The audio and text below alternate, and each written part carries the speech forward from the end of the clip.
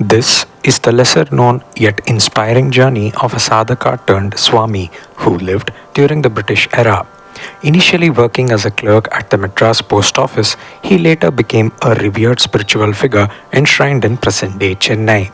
His exceptional life story is that of a spiritual aspirant who led an austere life dedicated to serving humanity. Omkara Swamigal, known as Sellaguru to his parents, was born on June 10, 1921 as the second son of Asti Venkataraju and Subbamma in a small village near the Tirthani temple town in Tamil Nadu. From a young age, Swamigal was an ardent devotee of Lord Rama. He had a peculiar habit of taking long, brisk walks while chanting the name of the Lord and avoiding the company of others. As he grew older, he recognized the importance of education and played a key role in establishing a free library in his village. He eventually completed his SSLC with flying colors. Driven by a desire for higher studies, he left his family and moved to Madras.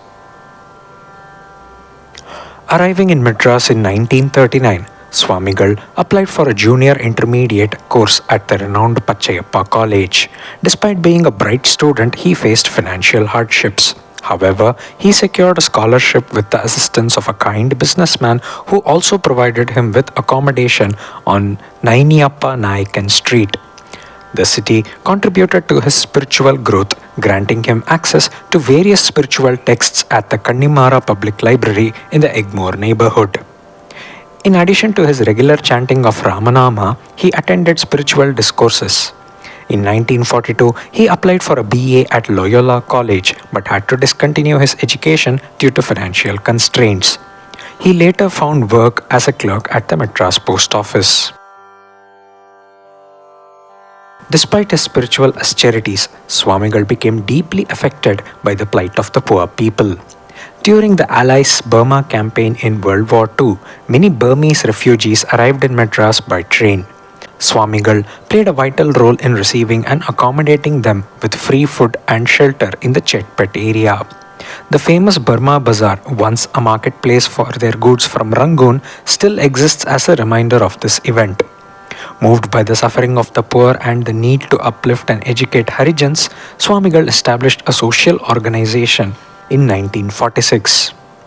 This initiative collected modest donations of 1 anna from each donor and was named the Fund for the Needy, providing food, clothing, and education for those in need. Despite his worldly responsibilities, Swamigal diligently followed his spiritual regimen, waking up at 4:30 am to walk to the beach and perform japa in a secluded spot. During this time, he had the opportunity to meet sadhus and saints. He encountered an Avaduta at the railway station who became his guru and advised him to chant Om instead of his regular Om Rama. After this initiation, Swamigal practiced intense penance in the locations he favored, such as temples and graveyards. He even took leave from his job to engage in uninterrupted penance for 5 days, sustaining himself on a glass of milk in the morning, rice and milk in the afternoon, and plantains with milk at night. As his sadhana intensified, he documented visions he experienced on scraps of paper.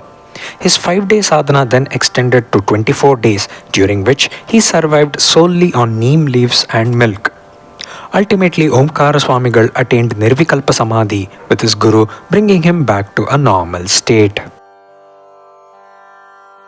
Omkara Swamigal was well versed in English, Hindi, Sanskrit, Telugu, and Tamil. He travelled extensively throughout India and published 2 books, Fivefold Dharmas for Escaping from Birth and Death and Dawn of Knowledge, which he distributed for free to genuine spiritual aspirants. On June 1, 1950, Omkara Swamigal expressed his desire to attain Samadhi to his devotees. A large number of people came to seek his darshan, bringing offerings of milk, plantains, garlands, and fruits.